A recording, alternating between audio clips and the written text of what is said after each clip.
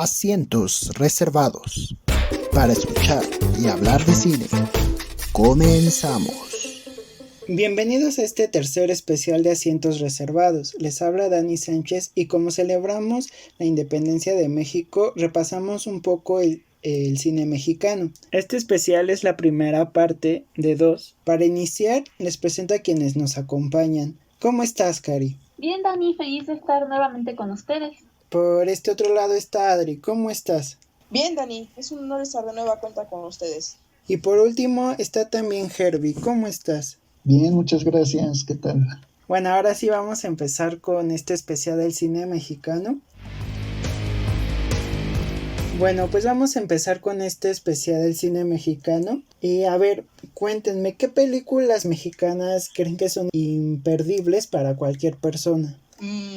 Buena pregunta, Dani. Es que hay películas que uno puede decir se pueden degustar muy rápido. Y hay películas que son hasta cierto punto difíciles de entender, pero tienen también su toque. Yo creo que una imperdible, y eso porque de plano es una película que siento que todos en algún momento la hemos visto, la tuvimos que haber visto. Eso por los contextos que maneja, siento que es la película de Los Olvidados de Luis Buñuel, del año 1950, como ya lo he mencionado en otras ocasiones, sobre todo por cómo retrata esa parte de la sociedad mexicana, que para nosotros pues ahorita ya sería como que algo hasta cierto punto nuevo, pero para ellos en ese tiempo era pues lo más común, ¿no? Y quizá todavía para algunas personas sea algo muy común. Sí, yo también concuerdo contigo, sobre todo porque pues se puede decir que es un tema actual, aunque saquen cosas de los años 50, pero pues es un tema todavía actual, ¿no? De lugares marginados. Y también lo que me gusta de esta película es cómo Luis Buñuel se va hacia el surrealismo, ¿no? Cómo empieza a entrar al mundo de los sueños. O sea, la forma en que cómo lo representa, pues incluso para la época es media, se puede decir que extraña, porque no muchas películas tenían esa forma de representar así los sueños. Sí, Dani, y de hecho eso que tú me estás diciendo ahorita que sí, pues es un tema actual, sí es como para reconocerse, pero es lo que, como te decía, o sea, para nosotros quizás sea desconocido, para algunos no, y quizá para otros sea lo mismo, va a sonar raro lo que voy a decir, pero diferente, porque va a haber casos donde sea la misma cantidad de pobreza, como los que retrata la película, pero también va a haber casos en donde sea una pobreza que se vea un poquito menos reflejada que en la película, pero aún así no deja de ser pobreza, y por lo tanto, pues es como que tema se actualiza, pero no se actualiza porque sigue siendo lo mismo. No sé si me expliqué. Y lo que dices tú del bueno, o sea, te refieres al contexto, ¿no? Ajá, contexto, o sea, más que nada me refiero, por ejemplo, a lo que te estás diciendo, la marginación. Uh-huh. Sí, porque se puede decir que es la explotación de la niñez, ¿no? O sea, es que como traer la película para en estos momentos, pues sí está un poquito difícil de decir,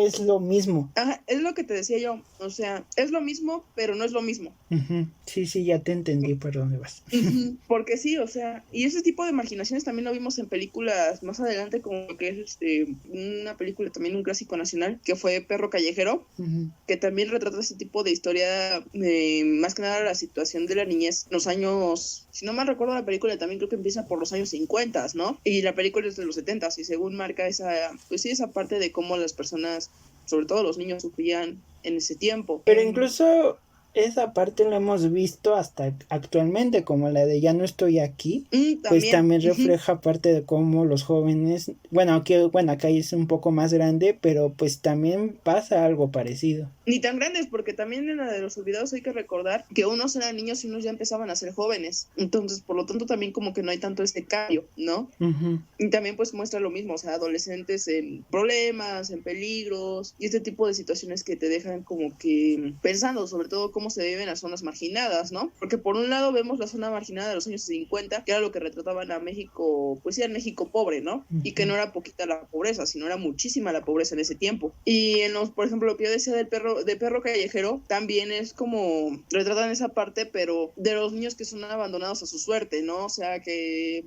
independientemente a lo que se dediquen los papás son abandonados a su suerte y todo lo que tienen que pasar.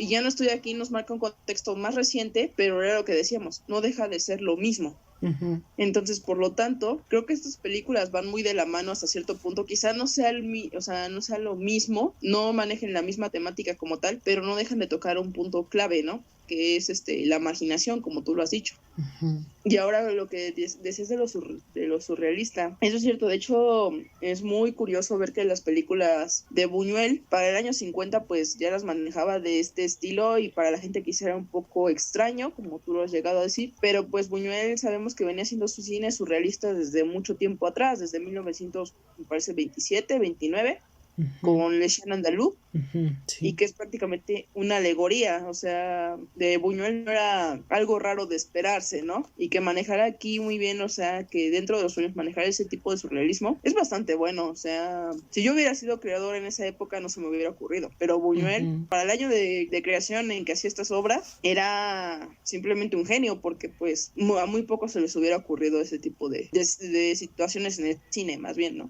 Ujú. Creo que lo vemos, o sea, independientemente de la filmografía de Buñuel, creo que lo vemos algo parecido en Macario. Ah, sí, evidentemente también en Macario se alcanza a ver eso, se alcanza a percibir eso. Aunque solo Macario, que Macario ya es una década después, ¿no? exacto, era lo que te iba a decir. Si no mal recuerdo, Macario creo que es del 60. Ajá. Y sí, entonces, pues prácticamente quien puso este parteaguas hasta cierto punto fue Buñuel. ¿Y ustedes cuál es su qué película creen que es imperdible? Bueno, yo siento que sería la del crimen del padre Amaro, porque pues igual en su momento también fue una película muy polémica, a lo mejor por lo que presentaba, por el tipo de sociedad que era México en ese entonces. Bueno, siento yo que era como más católico el país, o bueno, la sociedad en general, que ahora no había como que esa libertad de expresión, y pues creo que por eso se fue como que convirtiendo en una película polémica, pero pues viéndola ya ahorita como que la vemos con otros ojos y ya no la vemos pues con esta como connotación negativa. Entonces pues yo diría que esa es una película imperdible, más que nada porque se ve como este contraste entre la reacción que provocó antes y pues la reacción que provoca ahora, que ya no es como muy, pues como muy exagerada, se podría decir, de la reacción. Bueno, es que yo escogí tres películas, de hecho. De hecho, fueron películas que no me gustan tanto, pero que como que yo siento que sí son, o sea, que yo le diría a un extranjero, mira, tienes que ver estas películas porque representan algo de México. Que escogí de 1953, la de Dos tipos de cuidado. Ujú. Y bueno, en esta fue igual mención honorífica de mi familia, es por salir Pedro Infante y Jorge Negrete. Y o sea, como que siento que retrata perfectamente la comedia mexicana. De las otras dos que menciono rápidamente, pues es la Ley de Herodes y la de Roma, bueno, la polémica Roma de 2018. Siento que ambas, bueno, en el caso de ¿Por Ley qué de Herodes, polémica pues la de Roma? la de Roma, porque hubo varias gran sector mexicano que la considera que es aburrida. Pues es que Digo, lo polémica es. y afanada. Ahora, O sea, Híjole, ¿a ti me te gustó ofendieron. mucho Adri? pues mira, como tal que yo diga, me gustó para darle un 10, pues no, pero tampoco la calificaría tan mal, porque si nos vamos a ver las películas actuales, o sea, realmente el cine mexicano actual, si nos vamos a Roma, siento como que sí hay un cambio. Quizá no tanto, quizá no sea tan significativo, pero hasta cierto punto sí, porque, bueno, a mí en lo personal, para el 2018 yo no había visto tantas películas, o sea, mexicanas actuales, pero sí siento como que esa parte de que pues sí Roma pudo cambiar un poquito, sí, pero más bien la esencia de ver cine mexicano, porque el cine mexicano originalmente se caracterizaba por el drama, se caracterizaba por las historias ya sean de desamor, de orfandad, de abuso psicológico, abuso de sustancias, prostitución, y luego también queda un tema que estoy dejando atrás y que es la parte principal de Roma, cómo se veía la servidumbre en ese tiempo, porque si recordamos desde las películas de, como tú lo has dicho, Pedro Infante, o películas ya de tiempos atrás, siempre a la servidumbre se le veía como, hay gente que la veía como parte de su familia, ¿no? Pero hay gente que en las películas se ve que los trataban súper mal. Por ejemplo, siento que un ejemplo de esto donde trataban súper mal y luego súper bien fue en María Isabel. Ese es un ejemplo, que María Isabel, pero cuando va de casa en casa, la tratan mal, hasta el punto de que un chico quiere abusar de ella. Pero cuando ya llega a la casa del patrón, pues, se convierte en una historia totalmente de amor. Entonces es a lo que voy, que México como que también empezó a olvidar ese tipo de cuestiones hasta cierto punto. No México, sino los cineastas empezaron a dejar eso como que de lado y empezaron a meter comedias que ya a lo mejor más tarde lo hablemos o no sé, comedias románticas que al final de cuentas no significaron tanto. Con este caso, por ejemplo, Roma, yo sí, cuando la vi por primera vez, así me quedé así como de, ¿en serio este es el final? Ok, no hay problema, ¿no? Pero ya razonándolo bien y todo, es como, fue una película que más se apegó hasta cierto punto al cine mexicano de los años 50, 60 probablemente, ¿no? Entonces, por eso como que no le guardo tanto recelo a Roma. Y a los que no les gusta, que chi. Pues a mí no me gusta tanto. O sea, bueno, lo que yo tengo en contra de ella, de esa película, es que no brilla por su historia. O sea, lo que brilla ahí es la escenografía, quizá la fotografía, la manera de contar, pero en sí siento que no tiene historia. Es lo que yo hablaba una vez, creo que fue con alguien del panel, si no me recuerdo, que les dije, hay películas que cuentan historias y hay películas que cuentan anécdotas. Porque, o sea, Roma, yo también digo, no es una película que te cuente tal cual una historia, sino te cuenta más bien como que una anécdota. Pero una anécdota muy larga y aburrida, o sea. Bueno, sí, punto que sí. O sea, esta historia se puede contar en 1 hora. Dani haciendo lo mismo que con la pobre Bella Durmiente. Pues sí, o sea.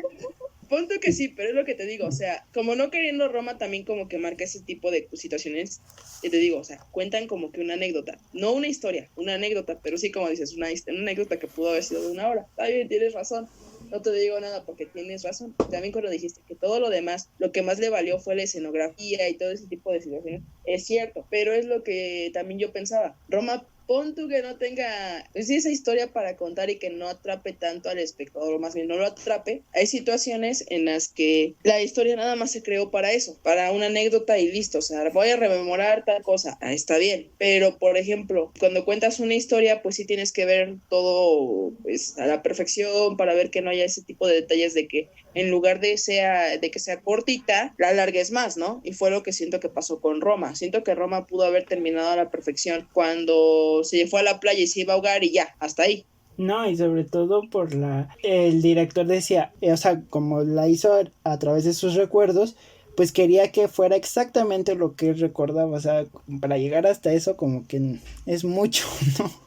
Es que, ¿sabes qué? Bueno, yo lo que iba a mencionar es que es una historia muy, muy íntima, o sea, como tú dices, es un recuerdo del director y pues él quiere recrearla, cómo era su vida, como que yo lo siento un proyecto muy íntimo.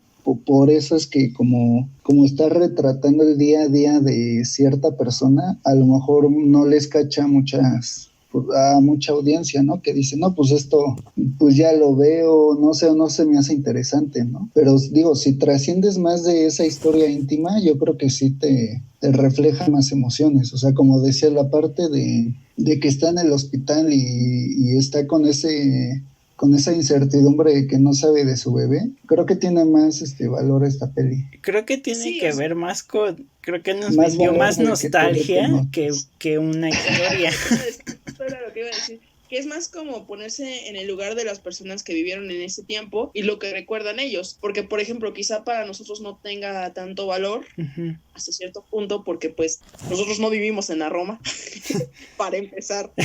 Quizá nosotros no nos criamos con una nana, no nos criamos con una persona de este estilo, tampoco podemos decir al 100% que es una historia que pues no tiene tanto significado hasta cierto punto, porque también, o sea, para la gente siento que vivió ese tiempo, que vivió estos acontecimientos, de una u otra forma los vivieron, y sobre todo gente que se siente pues, cercana a esta película, es porque, como tú lo acabas de decir, Dani, o sea, le revolvió la nostalgia fuerte, ¿no? Pero pues sí le preguntamos, no sé, a una persona que vivió en la Roma desde que estaba chiquito y si la película le hace sentido o no, es probable que te diga que sí, y si te dice que no, pues entonces es precisamente justo lo que decía Herbie, es esa parte, pues más bien esa mirada íntima desde el director de cómo recuerda eso y con qué valor lo recuerda. Porque quizá nosotros podemos hacer una película de, no sé, nosotros en la universidad, nosotros en la preparatoria, y para la demás gente va a ser así como de, un capítulo de La Rosa de Guadalupe más, ¿no? Pero, por ejemplo, para otra persona que diga, no, es que yo me identifico con estos güeyes, porque pues yo era así, yo hacía esto, yo hacía aquello, y no sé, ¿no? Pero, por ejemplo, si se le enseñamos a nuestros papás, ¿qué van a decir nuestros papás? Pues no inventes, o sea, nosotros ni de chiste hubiéramos hecho eso, ¿no? Para nuestros papás sería tal vez un capítulo de Skins, y quizá para la siguiente generación sería un capítulo de La Rosa de Guadalupe, ¿no? Me duelen. Está bien chévere. ¿En serio sí te gustó mucho? Sí, bueno, digo, ¿Es tu que estas favorita? películas... No, o sea, estas películas no son mis favoritas, son las que yo siento que son imperdibles, o sea, que tienen una mirada mexicana muy buena, pero bueno. Ahí sí concuerdo contigo, Herbie. Sí tiene una mirada mexicana muy buena, porque incluso hasta el ruido del Señor de los Camotes sigue siendo el mismo hasta ahorita, la verdad. Hasta ahorita, o sea, yo la otra vez estaba pasando por la calle bien felizmente y escucho El Señor de los Camotes y luego dije, la película de Roma. Es Roma. Cuando yo entro la popó de mi perro, digo, sí, Roma. Avientas el agua como Cleo, ¿no? Avienta el agua. Ya hay que pasar a otro tema porque son como... ¿Cuál fue la otra? La otra película que dijiste fue la Dos otra tipos que de dije cuidado. fue y Dos tipos de cuidado y La Ley de Herodes. Yo digo que La Ley de Herodes es imperdible. Pues mira, que es una película que cuando yo tenía 4 años era así como de vete para allá, no la vengas a ver. Siéntate y no vengas aquí a ver la película. Por eso te pusimos la televisión allá. Va, está bien. Cuando yo estaba más grande que la pude ver, me aburría, honestamente. Pero ya de un tiempo para acá, o sea, estoy hablando de hace 10 años para acá, ya es una película que ya veo con todo lo que retrata y con todo lo que marca. Porque, pues, muy pocas veces, a mi punto de vista, retrata una cosa que no retrataban algunas películas. Y es que, la verdad, Luis Estrada se aventó a hacer algo nuevo y sacar sátiras del gobierno. O sea, es una buena sátira para retratar el gobierno de Miguel Alemán en ese tiempo y sobre candidatos prepotentes, presidentes municipales, vamos a decirlo así, que pues prometen y no cumplen nada. De hecho, apenas estaba acordando hace un tiempo que aquí donde vivo, el que es presidente municipal dijo ciertas cosas y pues la verdad hizo, nada más con poner ciertas cosas ya, con eso hizo mucho el señor, ¿no? Entonces, me acordé de La Ley de Herodes cuando dijo fulano que iba a hacer ciertas cosas. Me acuerdo tanto de la película de La Ley de Herodes cuando él que dice que va a llevar la modernidad a San Miguel y que va a llevar la luz, la electricidad y todo, ¿no? Y literal nada más pone el poste y ahí se queda y es lo único que le sirve para escalar y poder escapar del que lo linchen, ¿no? Así yo me acordé de este señor cuando dijo eso y yo dije, no puede ser posible, o sea, sí tienen todo, o sea, son tiempos modernos y todo como lo que hablábamos hace rato de la película de Los Olvidados, pero pues en sí no ha cambiado de nada, o sea, siguen diciendo que van a hacer ciertas cosas, pero pues nada más con que pongan, pinten nada más, los cruces peatonales o pongan, no sé, cierto cemento en los baches, ya con eso hicieron todo en su mandato y es así como de... esperen, ¿qué? Por eso digo que esta película sí es hasta cierto punto imperdible y también porque esa forma de retratar con sátiras lo que es el gobierno de México. A mí me ha pasado algo parecido a lo que comentaste, Adri, porque cuando era niña pues no, como que no entendía la película o no sé, no le daba la importancia. Entonces, pues ya cuando la vi más grande, pues sí me gustó más que nada por esto, por la situación que refleja, como dices, tanto por la sátira como por el hecho de que pues ves que llegan con buenas intenciones y por más que lo intenta, pues termina como que cayendo en la corrupción. Entonces, pues es algo que yo veo como muy reflejado en la vida real. Entonces, por eso también me gustó mucho esa película. Sí, es como que es reflejo de nuestra sociedad y de nuestro gobierno, ¿no? Porque también es lo que, en ese aspecto tienes razón, que probablemente haya candidatos o futuros gobernantes que llegan pues hasta cierta manera de buenas ideas, con ciertas cuestiones para hacer y todo, y al final de cuentas terminan corrompiéndose y van directo ahora sí que a la corrupción, ¿no? Más que nada porque pues el mismo medio y pues todo lo que las personas que los rodean también nos llevan como que a eso. Es como que si no te une, pues como lo dice la misma película, entonces pues igual si no terminas como que cayendo en eso, pues no llegas a ningún lado en el gobierno, en ese negocio. Es lo que iba a comentar, que es a mí lo que me gusta más de la peli, que este güey llega como que sustituyendo a alguien y al final de la película llega alguien más a sustituir a pues al protagonista, ¿no? O sea, te habla de que es una cadena viciosa de pura corrupción y por más que, como dicen, uno llega a tener buenas intenciones, pues la misma corrupción que ya está en México, pues lo absorbe, ¿no? Pues yo las que considero aparte de Los Olvidados, que ya hablamos de ella, sería Una familia de tantas de 1949 y Rojo Amanecer de 1989. Una familia de tantas, sobre todo, pues, se podría decir que es como una comparación de la familia tradicional que no solamente en México se veía, sino que también en otros países, y con la familia de ahora, que bueno, vemos que desde los años 70 pues la familia ha cambiado, y verla de los años 49 ya casi 50, pues sí hace mucho contraste con lo que vemos como la familia actual. Y en Rojo Amanecer creo que yo lo estaba viendo más como parte de un momento histórico, aunque bueno, tenemos otro, es que no sé si llamarle documental, pero bueno, sí, más o menos como documental, que podría ser, por ejemplo, El Grito, ¿no? Que refleja más acerca de lo que pasó en el 68, pero Rojo Amanecer lo retrata desde, se puede decir que la postura de la gente común, sin necesidad de que estuvieran dentro del mismo movimiento estudiantil.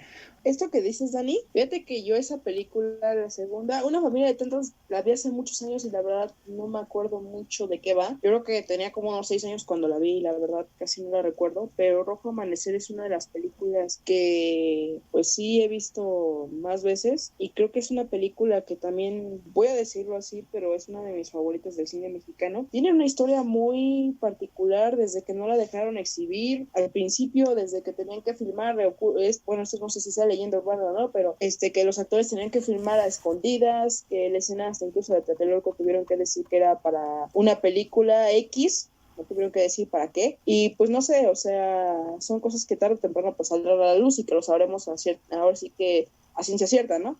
Pero, por ejemplo, yo cuando vi la película por primera vez estaba chica, de haber tenido como 8 años, y pues cuando la veíamos, pues sí era de que sientes esa empatía con los personajes. Y una cosa clave que tenía esta película era que relacionabas hasta los personajes hasta en ciertos parecidos con algunos miembros de tu familia, por cómo actuaban esos miembros de tu familia, ¿no? Y te das cuenta cómo la sociedad mexicana hasta cierto punto tiene ciertos parecidos. A lo que voy es a esto y por qué lo estoy diciendo. Cuando yo vi la película por primera vez, incluso el personaje del abuelo, que en ese tiempo tenía unas ideas revolucionarias y todo ese estilo y así, mi abuelito, que en paz descanse ya actualmente, me doy cuenta que las ideas eran muy parecidas a la de los jóvenes del 68. Él para el 68 ya no era tan joven que digamos, ya prácticamente llegaba a los 30, pero cuando yo vi la película, pues hasta incluso como que tenía esa relación de que los abuelos eran así como lo pinta la película, ¿no? Ahora ya yéndome al conflicto, él precisamente me contaba que así como lo contaba la historia, todavía se quedaron, pues voy a decirlo así, pero se quedaron cortos, porque dice mi abuelito que a él le llegó, pues sí, él llegó a ver o le llegaron a contar o cosas así, que la situación fue peor, mucho peor. Por eso es lo que yo decía de que, bueno, que no se refleja tanto como el documental de El Grito, porque el documental del Grito pues está precisamente filmado durante la época, en medio del movimiento estudiantil, que bueno, unos estudiantes del CUEC y unos de la UNAM empezaron a filmar todo lo que pasaba en el movimiento estudiantil en el 68 y pues bueno, tuvieron como 8 horas de filmación, pero lamentablemente con varias cosas que pasaron y todo se perdió bastante, pues sí, filmación, bueno, rollos, y pues solamente se alcanzó a tener un documental de 2 horas y cachito. Entonces, pues si se quiere ver un poco más de cerca qué es lo que realmente estaba pasando, sería más El Grito, pero como decía, la de Rojo Amanecer refleja más cómo la gente que estaba ajena al movimiento tuvo que, cómo lo vivió, vamos. Sí, y también, o sea, es un punto de vista de nosotros desde, pues, lo que hemos vivido durante años y que quizá algunos de nosotros, pues, digamos, no nos tocó ver eso ni vivir eso, pero cuando nosotros estábamos en prepa o en universidad, nos tocó llegar a escuchar historias sobre jóvenes que reprimían los policías o autoridades, ¿no? Y es una cosa que no ha acabado hasta actualmente. Es lo que hablábamos cuando hablábamos de la película de Luis Buñuel, que era que no ha, pues sí, no se ha quitado de nada. Eso es también esta parte, ¿no?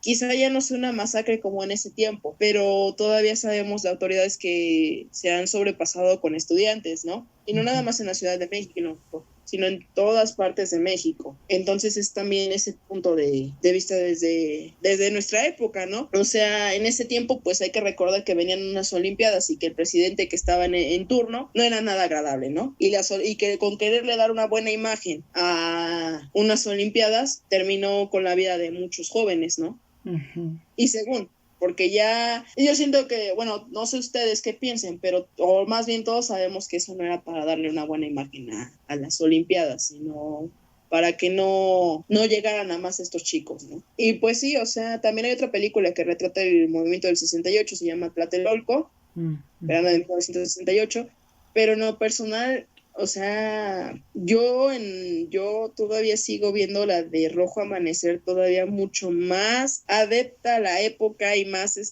más realista a su época, haciéndole justicia más bien a esos acontecimientos que no se saben a ciencia cierta lo que pasó al 100, porque como tú lo dijiste, destruían materiales, se borró toda la evidencia, muy pocas de las personas que ya están con nosotros saben lo que pasó realmente, ¿no? Que en este caso son nuestros abuelos. Uh-huh. Y quizá hasta si alguno de ustedes o alguno del público tiene abuelos o bisabuelos, también podrán contarles un poco, ¿no?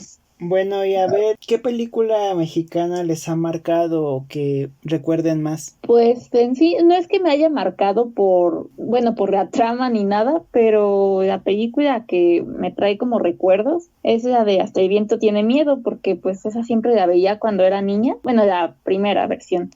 La del 68. Entonces, hablando del 68, es del 68. Exacto. Entonces, pues esta siempre la veía y pues siempre me trae recuerdos. De hecho, luego cuando una vez estaba checando igual en cable las películas que había y entonces dije, qué bien, voy a verla, pero pues no, era la nueva versión. Uh-huh. Entonces, pues esa casi no me gustó, pero la original sí, incluso sí me llegó a dar miedo cuando era niña. Ya después igual la volví a ver y pues ya, obviamente ya no te vuelve a dar como que tanto miedo, pero eso siempre me gustó mucho. A mí sí, ahorita, ya la veo y no me da miedo, pero sí también cuando estaba chico me daba miedo, y sobre todo había una escena donde pues una de las chicas está haciendo un striptease y en el momento en que pues de repente la chica voltea a la ventana y aparece pues así que el fantasma ahí en la ventana, y entonces siempre que me estaba cambiando en mi cuarto veía a la ventana y decía, ay, no va a aparecer. Sí, son como esos traumas de la infancia. De hecho, esa que estás diciendo, Cari, la de Hasta el viento tiene miedo, yo también la vi de niña, pero no me dio miedo, es que lo que pasa que nosotros en ese tiempo pues todas las películas se veían por videocasetera y tenían la costumbre de grabar las películas. Uh-huh. O ir al Blockbuster y buscar las películas, pero mi abuelita pues mejor le pedí a mis tíos que mejor grabaran las películas para más rápido, ¿no? En el caso de esa película venía en conjunto con otras 2 películas más. Una de esas películas era la de La Llorona, también que es la mexicana, la viejita, la de Mauricio Garcés, la verdad no recuerdo el año, y venía la de Hasta el viento tiene miedo, pues sí, y venía la de Más negro que la noche, no sé si también la han visto. Sí. Bueno, pues venían las 3, y yo la primera que vi fue la de La Llorona, me gustó mucho, no me asusté ni nada. La que tú dices, la de Hasta el viento tiene miedo, la vi, pero como que no me gustó mucho. en ese tiempo, como que se me hizo hasta cierto punto aburrida. Ujú. Y ya cuando llegué a más grande, pues la verdad sí me gustó bastante la película. Yo pensé que ya cuando llegué a Más Negro que la Noche ahí sí me espanté. No, cuando llegué a Más Negro que la Noche sí me espanté, o sea, sí pasó eso. Bueno, es que esa sí Porque, tiene un poco de más escenas más, más de así de screamers, ¿no? ajá, no, y además la parte donde encuentran a la muerta colgando, es Ajá. así de, ay. Y pues sí me dio miedo, ¿no?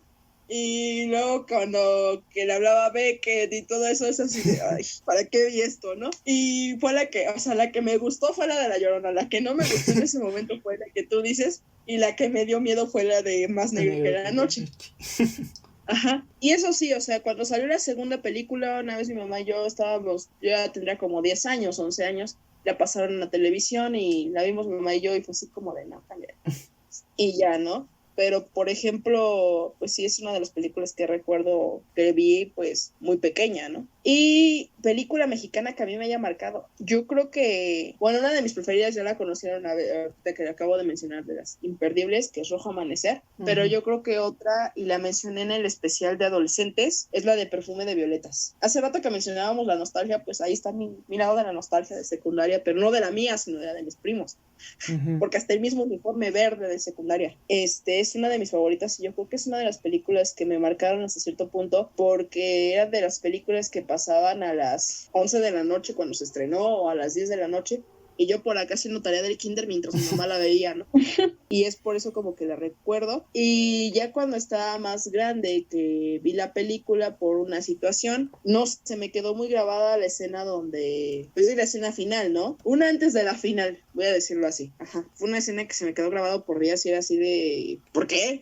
¿No? Y ya ahorita de grande, ya analizando la película, yo siempre analizando las películas ya de grande, me doy cuenta pues que en realidad la protagonista, cuando yo vi la primera vez la película, bueno, ya bien, yo decía que se había pasado bastante de mala onda a la chica, pero ya viendo las circunstancias y todo, me puse a pensar, pues pobre chica, no tenía quien la orientara, ¿no? Al final de cuentas.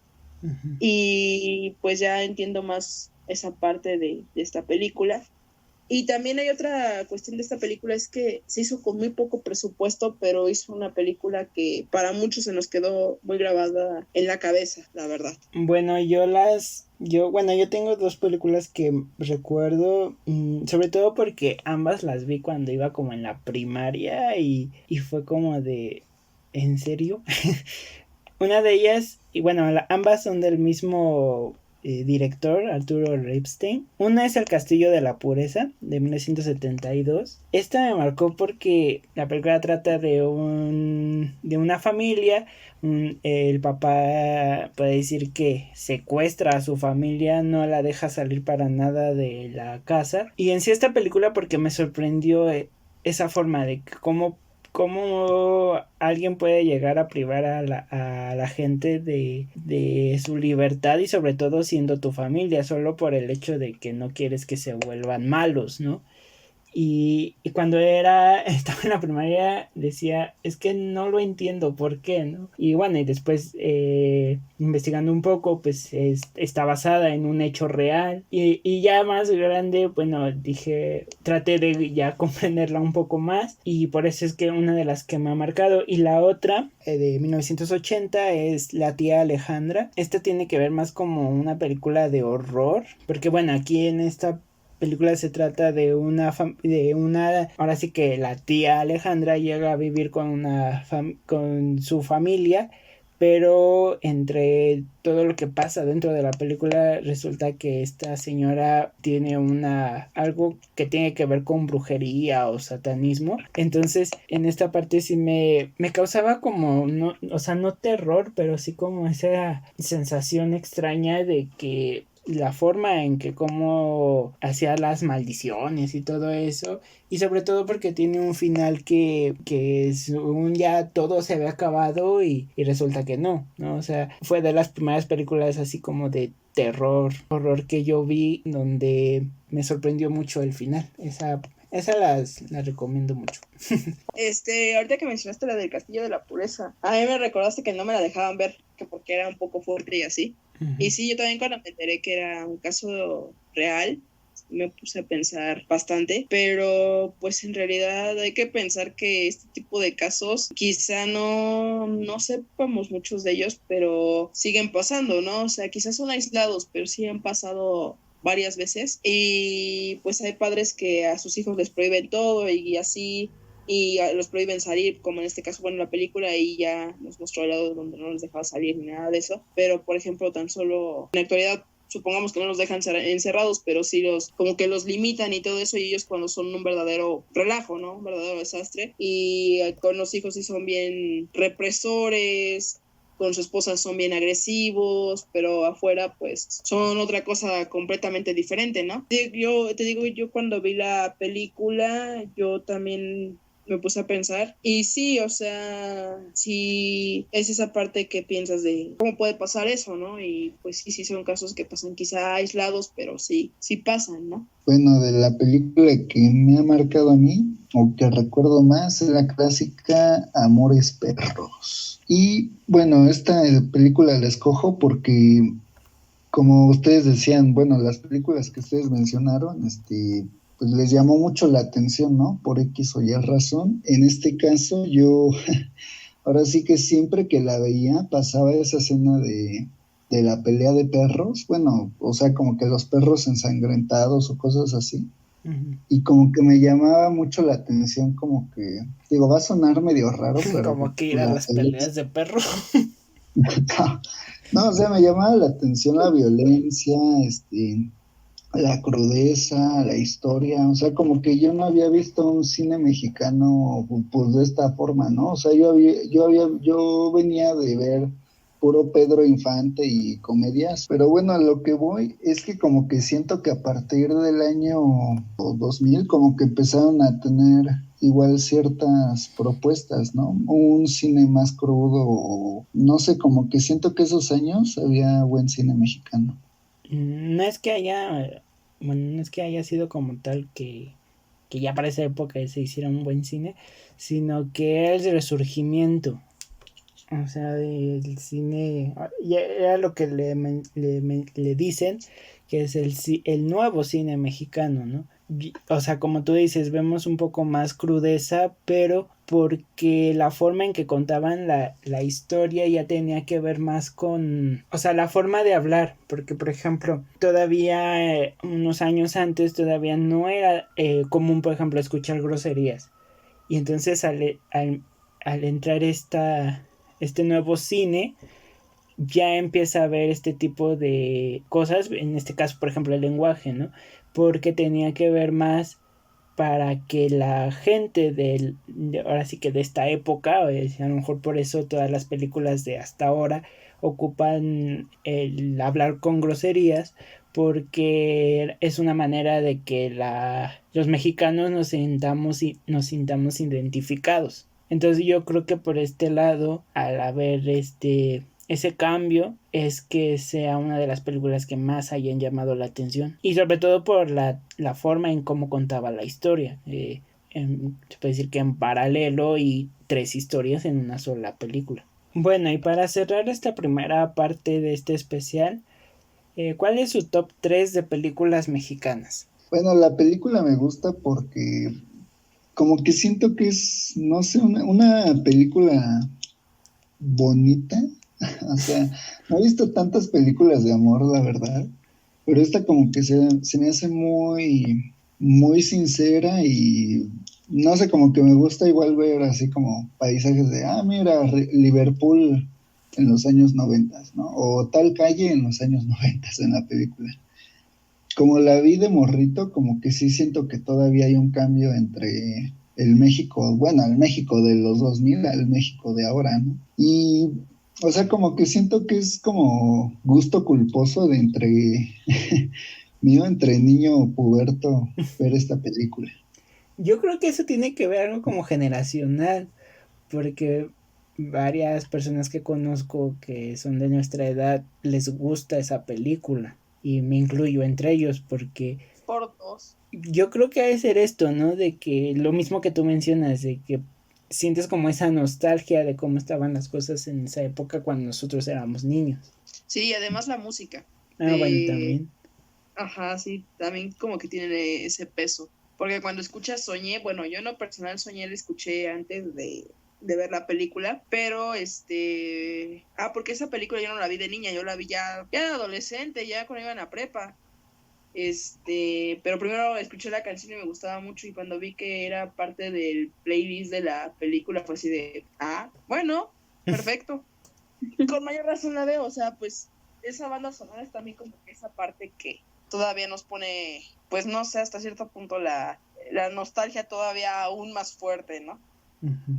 Hay otra película que igual me gusta mucho, que de hecho no tiene tanta diferencia entre la de Amarte duele, es la de Voces Inocentes del año 2004. Y pues esta, no sé si ustedes recuerdan, trataba de un niño que, que se estaba situando en los años 1980 y al parecer como que estaba el ejército como que reclutando niños y todo eso.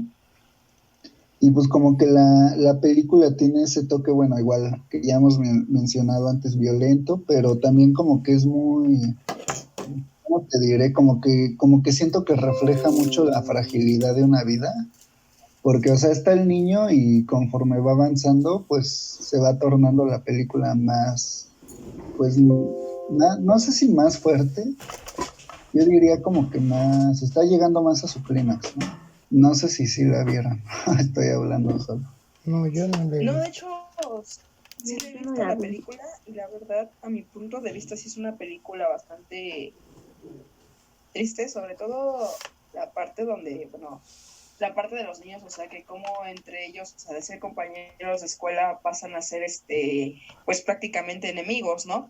Porque pues ya los niños tanto les dan las armas, ya todos los niños les están inculcando como que esta política de reclutamiento para las guerras y y pues sí, dejan de ser niños. La prueba está que tan solo cuando la mamá le quita, que el niño cumple 12 años y le quita la vela, ¿no? Y dice, no, él cumple 11. Pero si cumple 12 no, él cumple 11 porque sabía que a partir de los 12 él en automático dejaba de ser un niño. Es una película que a mí también me gusta mucho en lo personal y de hecho cuando yo la vi también fue como que esa parte donde te pone a pensar cómo tan rápido pueden quebrantar la inocencia, ¿no? De hecho, creo que hay una escena donde bueno, donde el protagonista se encuentra con uno de sus amigos que habían reclutado antes y ya el otro chavo ya es como un militar, ¿no? O sea, como que, como tú dices, ya se perdió la inocencia de este niño y ya se ven así como que enemigos. Esa escena es la que te pone a pensar mucho, porque cuando se le encuentra frente a frente y ya de estar en la escuela juntos, como lo dije anteriormente, a ya verse como enemigos, pues ya es algo más pesado, ¿no? Y sobre todo cuando prácticamente los ponen a matar a sus propios amigos, ¿no? Ujú. Bueno, véanla, 10 de 10. Y bueno, ya la última película que a mí me gusta mucho, que de hecho es reciente, es la de Sueño en otro idioma. No sé si esta también la hayan visto o no. Ah, sí. De hecho, yo la iba a mencionar también. En esa concuerdo Eso, contigo.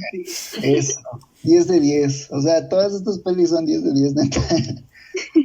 Sí, o sea, esta película habla de, pues, ¿cómo se diría? Un lingüista que va a un pueblo y quiere salvar una lengua que está precisamente en peligro pues, de desaparecer, ¿no? Y bueno, aquí el tema es de que él necesita de conseguir esto me parece que eran 3 personas al principio, una señora y 2 señores que están peleados. Y pues nada, es que no sé cómo describirla. A ver, ayúdame, Cari. Pues es que ahí más que nada me gusta la película porque te va como que mostrando la importancia de, pues en este caso de las lenguas, pues se podría decir indígenas y pues todo como que lo que engloban y que al desaparecer una lengua pues no solo desaparece pues la lengua sino que va desapareciendo todo lo que conlleva, toda como la historia, las personas que la hablaron, no sé, como, no sé, me parece muy bonito el mensaje que deja. Y también, bueno, como que las escenas que va poniendo son muy, muy bonitas. Me gusta como la fotografía que utilizaron. Sí, la fotografía y la música es muy buena. Sí, bueno, yo más que nada, de hecho me llamó la atención la fotografía porque vi la portada y dije, ay, esta se ve que me va a gustar.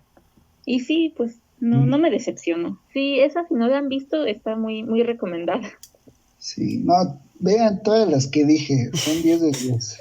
Ay, fuera de mamo. Yo concuerdo con Herbie en esta, en la de Sueño en otro idioma. También otra que yo pues recomendaría es la de Ángel Exterminador. Esa es igual como de los 60. Me gusta porque en sí la trama a mí se me hace muy interesante. Es como de esas películas que te pones a pensar, ¿qué haría yo si estuviera en el lugar de estas personas? Y pues es muy, ¿cómo se podría decir? Pasan cosas muy abstractas, se podría decir. Es que Pero volvemos a sí, lo mismo, ¿no? De cómo era Luis Buñuel con el ajá. surrealismo. Ajá, exacto. Y pues sí te pones a reflexionar, ¿qué haría yo en esa situación?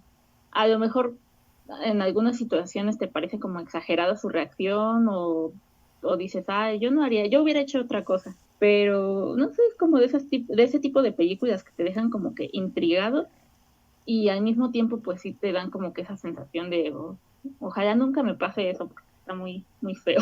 Y pues más que nada te dan, también esta yo creo que incluso podríamos analizarla después, porque te da como que una muestra a lo mejor de pues de la naturaleza de las personas cuando se sienten como en peligro, de cómo pueden llegar a reaccionar. Es que, no, bueno, no sé tú qué piensas de esta película, pero yo siento que es como un ataque de histeria colectiva, al final Ujú. de cuentas, porque pues todos como que tienen esa cuestión de que si salgo me va a pasar algo malo, ¿no? Entonces, no sé ustedes qué Ujú. piensan. Yo intenté esclarecerla con una maestra de psicología social, pero no la había visto. No puede ser posible. Y pues me quedé con la misma idea de, ¿y ahora entonces qué será? ¿Será un contagio colectivo? ¿Qué pasó?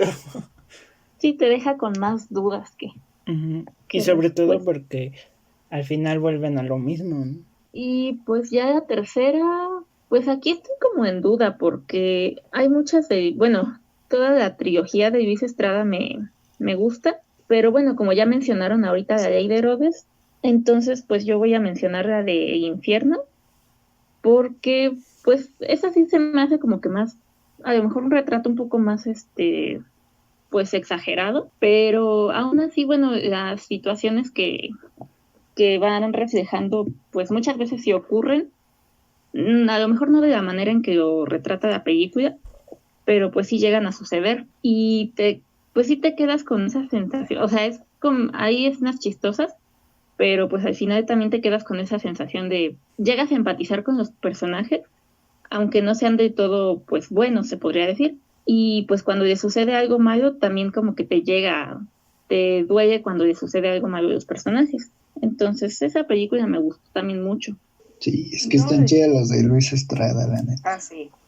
Yo en lo personal cuando vi la del infierno me da risa ciertas cuestiones que maneja la película, pero sí también nos enseña el lado satírico del México que desde el 2008 más o menos, creo que es el que venimos conociendo nosotros, ¿no? Entonces Uh-huh. también como que nos pone a pensar mucho en ese contexto y que pues hasta la fecha sigue siendo muy, muy parecido. Puedo decir que es totalmente igual, ¿no? En mi caso de las películas que yo considero como mi top 3, la primera pues ya la mencioné en un top anteriormente, que es la de Cuatro Lunas, y pues la verdad ya conté más o menos de qué trata, entonces pues voy a descartarla la película porque Si quieren luego saber más, si me... vayan a ese video, por Ajá, favor. porque si no nos voy a estar spoileando y la verdad ya no tiene caso estarnos spoileando, ¿no?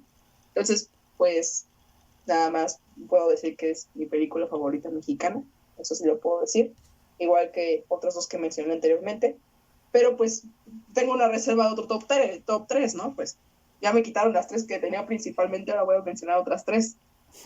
Yo creo que como primera opción tengo voy a mencionar puras películas viejitas, y yo creo que tengo como primera opción la película de Rosas Blancas para mi hermana negra. Esta película nos enseña hasta cierto punto, ni hasta cierto punto, nos enseña en su totalidad lo que es la discriminación de forma oculta, en la cual según nosotros estamos a favor de las minorías, apoyamos a las minorías, pero por atrás les estamos dando una puñalada, expresándonos mal, tratando mal a las personas y así. Entonces esta película nos muestra una situación así y que creo que sería muy agradable que la vieran. Es bonita la película y también es dramática. Otra película que también está dentro de mi top 3 es la de El Papelerito. Es una película que también, como hablábamos hace rato, de las infancias complicadas en México en los años 50. El Papelerito es también otra de las películas que nos muestra esta situación. Y es una película que también es dramática y realmente pues te pone hasta cierto punto triste, empatizas con los personajes rápidamente y te sientes hasta mal cuando ves a la película casi al final. Bueno, yo cuando la vi por primera vez estaba muy chica, tendría como 8 o 9 años, y pues la verdad sí me hizo sentir muy mal en lo personal.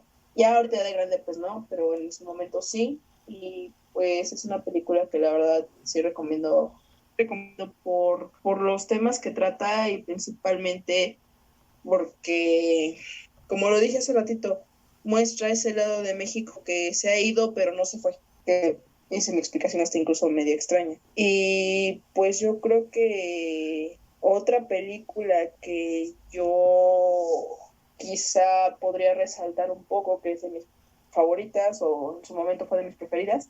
No voy a mencionar modernas porque aquí ya me quitaron ambas y yo ya mencioné otras anteriormente, pero yo creo que me quedo con una película a la que le tengo, más que nada aquí sí me dejo guiar por la nostalgia y por el cariño que le tengo a la película, que es la del extraño hijo del sheriff, una película que yo siempre pensé que era de los años 70 y una vez de los años 80. Es una película que nos muestra un lado sobrenatural y según pues sí, un poco de suspenso. Esta película pues fueron de las primeras que vi cuando tenía como 6 7 años y de las primeras que comprendí rápido el contexto. Y pues quizá no nos muestre un lado tan macabro ni nada, pero pues yo en el momento en que la vi más bien fue como de... Me gustó la película, ¿no? O sea, quizá no sea buena, quizá sea muy criticada, o quizá, no sé ustedes qué opinión tengan. Quizá hasta puede ser que se les haga aburrida, o yo qué sé, o exagerada con los efectos, pero en mi caso yo más que nada la pongo aquí por nostalgia, porque eran de esas películas que me pone a ver en la tarde con mi familia, cuando yo pues estaba muy pequeña y fueron de las primeras que comprendí, ¿no? Entonces pues a esta la pongo por esa situación y porque pues sencillamente no me quejo del todo de la película. Como hay veces que lo he hecho, no me quejo del todo. Y pues sí, me dejo llevar por mi nostalgia. Bueno, mi top 3 va un poco más antiguo, casi pegándole allá a la época de oro. Bueno, incluso una de ellas es de la época de oro. No, las dos son de la época de oro. La primera, voy a ir de atrás, de adelante hacia atrás. La primera es Días de Otoño. Es una película de 1963. Pues es una película con un toque un tanto psicológico. Trata de una joven que conoce a un señor y luego pues tiene ya idea de casarse y todo cuando se da cuenta de que realmente este señor era casado, pero eso la hace de cierto modo trastornarse porque empieza a crearse una vida donde pues ahora sí que empieza a inventar que sí se casó, que tuvo un hijo, o sea, varias cosas empiezan a salir dentro de esta mujer. Entonces es una película que me llamó mucho la atención desde niño porque tenía que ver con un trauma psicológico, ¿no? La otra película es de 1950, El Rey del Barrio, con Tintán.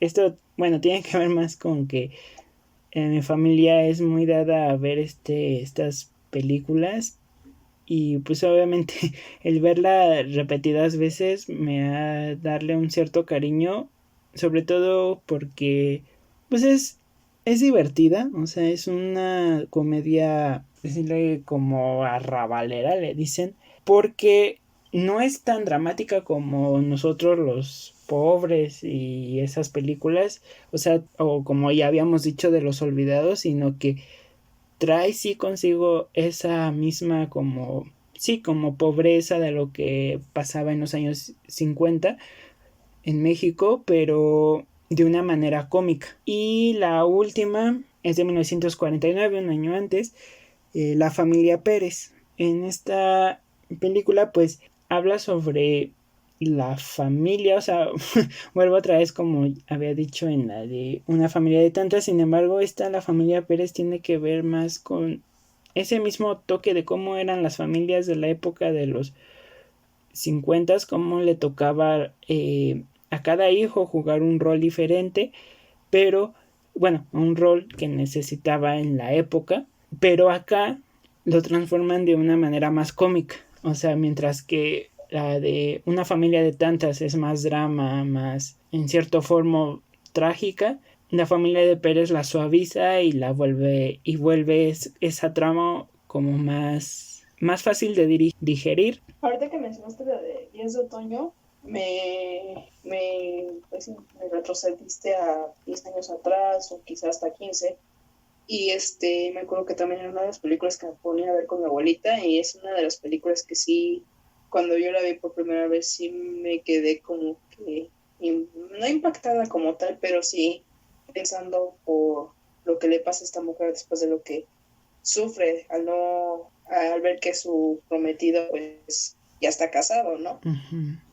Y no sé por qué, pero en ese tiempo yo lo asocié mucho con la leyenda de la planchada. Y eso. Pero, pero no la versión enferma, ¿no? O sea, porque pues, en la leyenda sabemos que pues no era, o sea, era una enfermera y que se volvió casi irresponsable y todo, y pues ya sabemos la historia, ¿no? Pero en este caso, todo lo que sufre esta mujer después de la pérdida, o sea, yo para mi mente de ese tiempo, o sea, mi mente de 9 años, yo no sé por qué las relacionaba mucho, ¿no? Entonces, más que nada yo creo que por el desamor que sufrieron ambas y todo, pues las relacionaba con la leyenda. Uh-huh. Y pues sí, ya cuando últimamente, apenas hace como 3 semanas vi la película, y sí tiene, como tú dices, un trasfondo psicológico que te pone a pensar en qué tanto te puede dañar hasta cierto punto la pérdida de una persona y la desilusión de una persona que tú pensabas que era de cierta forma, y pues no, y no obstante eso, pues hizo todavía otra cuestión, y pues aquí en este caso, por ejemplo, a la mujer le afectó bastante, ¿no? Uh-huh. Al grado de decir que estaba casada, que vivía día con día prácticamente con su marido feliz, ¿no? Uh-huh. Y pues no era el caso. O sea, y a un principio tú piensas que es como por el hecho del qué dirán, ¿no? Muy Ajá. recurrente en la época, pero conforme va avanzando la película, como que dices, no, esta mujer no está bien. Uh-huh. Sí, es esa parte también, porque yo cuando voy viendo la película y veo todo, y es así de, ok, está bien, pero pues uno no sabe qué es lo que pasa con ese tipo de personas que sufren ese tipo de situaciones, ¿no? O sea, un día estás a punto de casarte con una persona y te enteras que esta persona ya está casada y ya tiene prácticamente una vida aparte, entonces es como que complicado, ¿no? Y sobre todo Sí, es un porque golpe pues la mucho. deja ahí, ¿no? En el altar Uh-huh. y pues toda la gente ve todo, ¿no? Uh-huh. Y es un golpe psicológico directamente, o sea, no es cualquier cuestión, o sea, y más en ese tiempo que se supone que pues eran los años 60 y todavía tenían como que esa parte de que lo principal de la mujer era casarse, ¿no? Uh-huh. Entonces todavía como que para ella sí fue un golpe muy fuerte. Sí, esta película sí es así de... Cada vez que la veo le encuentro también algo, no sé por qué, pero le encuentro algo nuevo y me agrada bastante, es muy buena. Ahí sí digo también 10 de 10. Y la otra que mencionas, la de la familia Pérez, ay, es una película con la que tengo conflicto.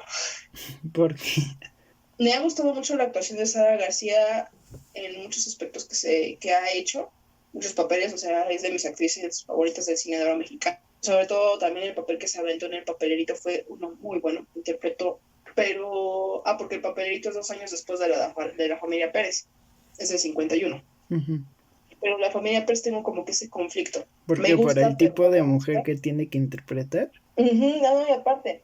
me gusta, pero no me gusta la película porque, o sea, es como un conflicto que tengo ya como que en esa parte de la sociedad, que cuando un hombre se supone, el clásico que le dicen que es mandilón, siempre la mujer le está quitando el dinero, siempre según lo está tratando, bueno, siempre lo está tratando mal, siempre, o sea, lo está usando prácticamente al hombre, pero lo hacen ver cómico. Y esa parte de que lo hagan ver cómico estaba muy bien, o sea, sí, pero era una época donde pues quizá era una forma de interpretarlo, ¿no? Pero fue como que eso también un parteaguas también como que para que fuera a futuro como, no sé si decirlo así, pero una mofa hasta ciertos hombres que pues prácticamente le hacen caso en todo a su mujer, ¿no? Entonces por eso tengo como que este conflicto con la película. Me gusta la actuación de Pardavé, me gusta la actuación de San García, pero sí tengo como que ese conflicto de que no sé, el papel de él lo siento como que muy inocente, pero a la vez no sé cómo llamarlo, muy ingenuo, no sé. Y por eso es así de, tengo como que ese conflicto. Está muy buena la película, sí, sí está excelente, pero sí, sí como que tengo ese conflicto a mí en lo personal. Me gusta, pero no me gusta porque más que nada como que marcaron, no con esa película quiero decir, marcaron ya el estereotipo de que el hombre mandilón es así, así, así, ¿no? No, pero sí tocaron ese tema como que muy, muy cómico, ¿no? Incluso hasta en las de Cantinflas en una película también marcan esa, pues esa parte donde también es cómico, ¿no? Que un hombre sea maltratado por su mujer es cómico, porque cómo un hombre se va a dejar golpear por su mujer o así, ¿no? Cuando pues también hay estos casos. Bueno, es que aquí con la familia Pérez, pues sí evoluciona el personaje, o sea, siento que pasa de ser indefenso y todo para convertirse en alguien que pueda dirigir la casa, ¿no? O sea, como se puede decir que el ideal que se necesitaba para la época era que él llevara, se puede decir que los pantalones de la casa. Así es, ajá. Entonces hacen eso, o sea, recordemos que en esa época el cine era como para educar a los mexicanos a cómo debería de ser, de cómo deberían de ser mexicanos. Entonces creo que hace esto, o sea, yo creo que se hizo esta película para mostrarle cómo dejar de ser esa persona indefensa o quizá para ser como hombre, vamos, ¿no? Hablando en un contexto de los años 50. Sí, es lo que yo también pensaba y también lo que, si lo piensas bien, es un como hasta cierto punto estereotipo que vinieron arrastrando hasta los años 2007, 2008, que incluso creo que hasta la época actual, no sé si todo es este programa al aire. Y pues sí, o sea, demuestra este lado, ¿no? Cuando pues que el hombre debía de ser fuerte y todo este tipo de situaciones y pues como prácticamente educarlos, como tú dices, ¿no? Uh-huh. Para que se vuelvan fuertes y así. Pero es lo que te digo, o sea, fue como que ese parteaguas que tú dices de educarlos a marcar un estereotipo, ¿no? Que piensan que el clásico hombre que le hace caso a su mujer es mandilón y que actúa de esta forma en su casa y así, ¿no? Uh-huh. Y de hecho viene la palabra mandilón del término mandil, ¿no? O sea, uh-huh, sí. Es hasta cierto punto como que marcó un estereotipo para México, ¿no? Y con esto terminamos la primera parte del tercer especial de Asientos Reservados. Esperemos que haya sido de su agrado.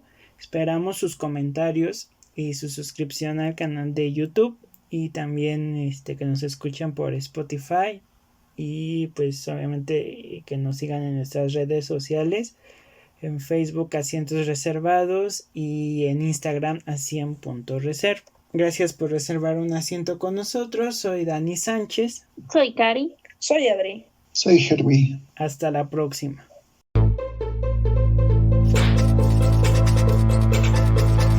Asientos reservados. No olviden reservar su asiento cada 15 días.